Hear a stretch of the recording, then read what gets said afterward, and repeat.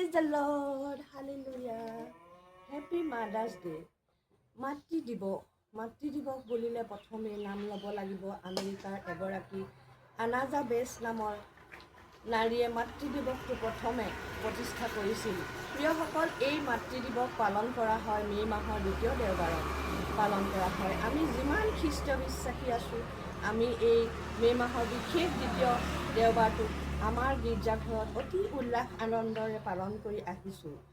সেই তেতিয়াৰ পৰাই যিগৰাকী আমেৰিকান আনাজা বেছে ঘোষণা কৰিছিল, আজি লিখীয়া এই বিশেষ দিনত বাইবেলৰ শাস্ত্ৰত লিখা আছে, যাত্ৰা পুস্তক ২০ অধ্যায় ১২ পদত, তোমাৰ ঈশ্বৰ যিহোৱাই তোমাক যি দেশ দিছে সেই দেশত তোমাৰ আয়ুস দীঘল হ'বৰ নিমিত্তে তুমি তোমাৰ পিতৃ মাতৃক সন্মান কৰিবা।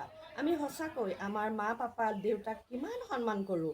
আজি আমি চালে মোৰ আপোনাৰ জীৱনত মা দেউতাক সন্মান কৰাতকৈ অপমান কৰোঁ, কথা নুশুনো, বা যি বংশৰ উত্তৰাধিকাৰী আমাৰ মা পাপাক পাহৰি তেওঁলোকক বুঢ়া হ'লে বৃদ্ধাশ্ৰমত থওঁ, বা তেওঁলোকে আজি বিচৰা ধৰণে আমি বিচাৰোঁনে?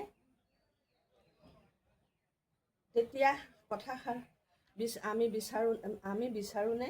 তেতিয়া আহে কথাষাৰ, যুগৰ পৰিৱৰ্তনৰ। সঁচা হয়, যুগৰ পৰিৱৰ্তন হ'ল, কিন্তু এই মানুহ আহি আছে গৈ আছে, মানুহেতো মানুহ হৈয়ে আছে, মাথো পৰিৱৰ্তন হৈছে মনৰ যুগৰ, নহয়নে প্ৰিয়সকল?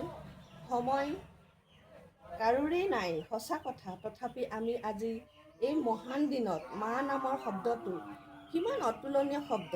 ঈশ্বৰৰ দ্বিতীয়তে মোৰ মা আৰু আপোনাৰ মা, গতিকে আই মাতৃসকলৰ সন্মান দিবৰ বাবেইতো এই মাদাৰ্ছ ডে পালন কৰা হৈছে।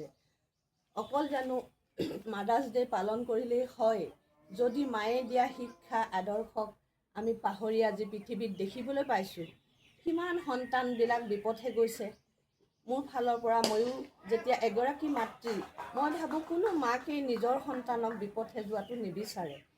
তাতো থাকে কিছু মাসকলৰ অধিক মৰম কৰে, লাগ বোলাটো আনি দিয়ে, হাবুডুবু কৰে, কিন্তু সেইটো আমাৰ বাইবেলে মাতৃসকলক সোঁৱৰাই দিছে। ল'ৰাক বা ছোৱালীক চলিবলগীয়া শিক্ষা দিয়া, সি বুঢ়া হ'লেও নেৰিব। গতিকে ঈশ্বৰক জনা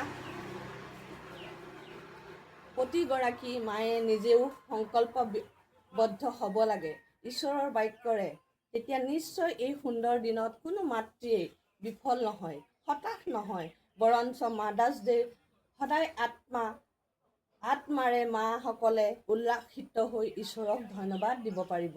আজি এই বিশেষ দিনত মই ক'বলৈ বিচাৰিছোঁ, প্ৰিয়সকল, কোনে মোক তুলি তালি কৰিলে ডাঙৰ, কোনে মোক নৰিয়াত পৰি থাকোঁতে টোপনি ক্ষতি কৰি বহি মোৰ কাষত মোৰ প্ৰাণ জুৰাইছিল, কোনেনো মোৰ মাতষাৰ ফোনতেই শুনি কয়, তোৰ গা বেয়া নে কি, নে মনটো বেছি বেয়া জান, সেইজনী মোৰ মা, যাৰ পৰা দূৰত থাকিলেও মোৰ মাতত বুজে, মোৰ চকুত দেখে মোৰ সুখ দুখ।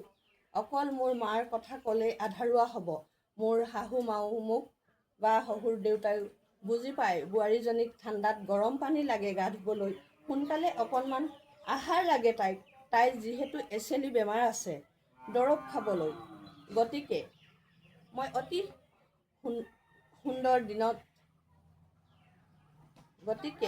এই অতি সুন্দৰ দিনত মই যেনেকৈ ঈশ্বৰক জনাৰ পিছত, বিশেষকৈ যীশুলৈ অহাৰ পিছত সম্পূৰ্ণ জানিলোঁ মাদাৰ্ছ ডে কিয় পালন কৰে, আৰু খ্ৰীষ্টীয় ধৰ্মতেই প্ৰথমে পালন কৰিছিল, যদিও আজি গোটেই পৃথিৱীৰ মাতৃ দিৱস পালন কৰিবলৈ শিকিলে।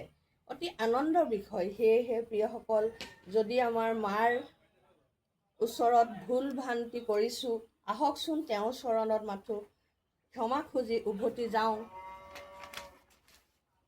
আমাৰ ল'ৰালি দিনলৈ কিমান ভক্তিৰে ভৰি পৰিব আমাৰ হিয়া মন। সেয়েহে আহক আমি আমাৰ আই মাতৃক পূজো দুখনি চৰণত, কাৰণ ঈশ্বৰে কৈছে তেতিয়াহে দীৰ্ঘায়ু হৈ যি দেশ দিছে তাত আমি থাকিবলৈ পাম, ভোগ কৰিবলৈ পাম, ঈশ্বৰৰ আশীৰ্বাদ পাম। হয় প্ৰিয়সকল, আকৌ কোৱা হৈছে, এগৰাকী মাতৃক দায়িত্ব দিয়া হৈছে যে ল'ৰাক চলিবলগীয়া পথ শিক্ষা তাক সৰু কালৰ পৰা দিবলৈ। আকৌ আৰু কৈছে যে যি মাকে নিজৰ ল'ৰা ছোৱালীক প্ৰেম কৰে সেই মাকে চেকনি দিয়ে, গতিকেলৈ আমি সময়মতে আমাৰ সন্তানক চেকনিও দিব লাগিব, আমি দাবী ধমকিও দিব লাগিব, শিক্ষা দিব লাগিব, যাতে তেওঁলোকে বুঢ়া হ'লেও শিক্ষাবিলাক নেৰিব, কাক কেনেকুৱা সন্মান, তেওঁৰ কি দায়িত্ব দেশৰ প্ৰতি, পৃথিৱীৰ প্ৰতি, সমাজৰ প্ৰতি, নিজৰ ঘৰখনৰ প্ৰতি, তেতিয়াহে আমি এগৰাকী সফল মাতৃ হ'ম প্ৰিয়সকল। সেয়েহে মই আহ্বান জনাওঁ সকলো আই মাতৃক যে আজি এই সুন্দৰ দিন আমাৰ কাৰণে পালন কৰিছে, আমাক সন্মান দিছে।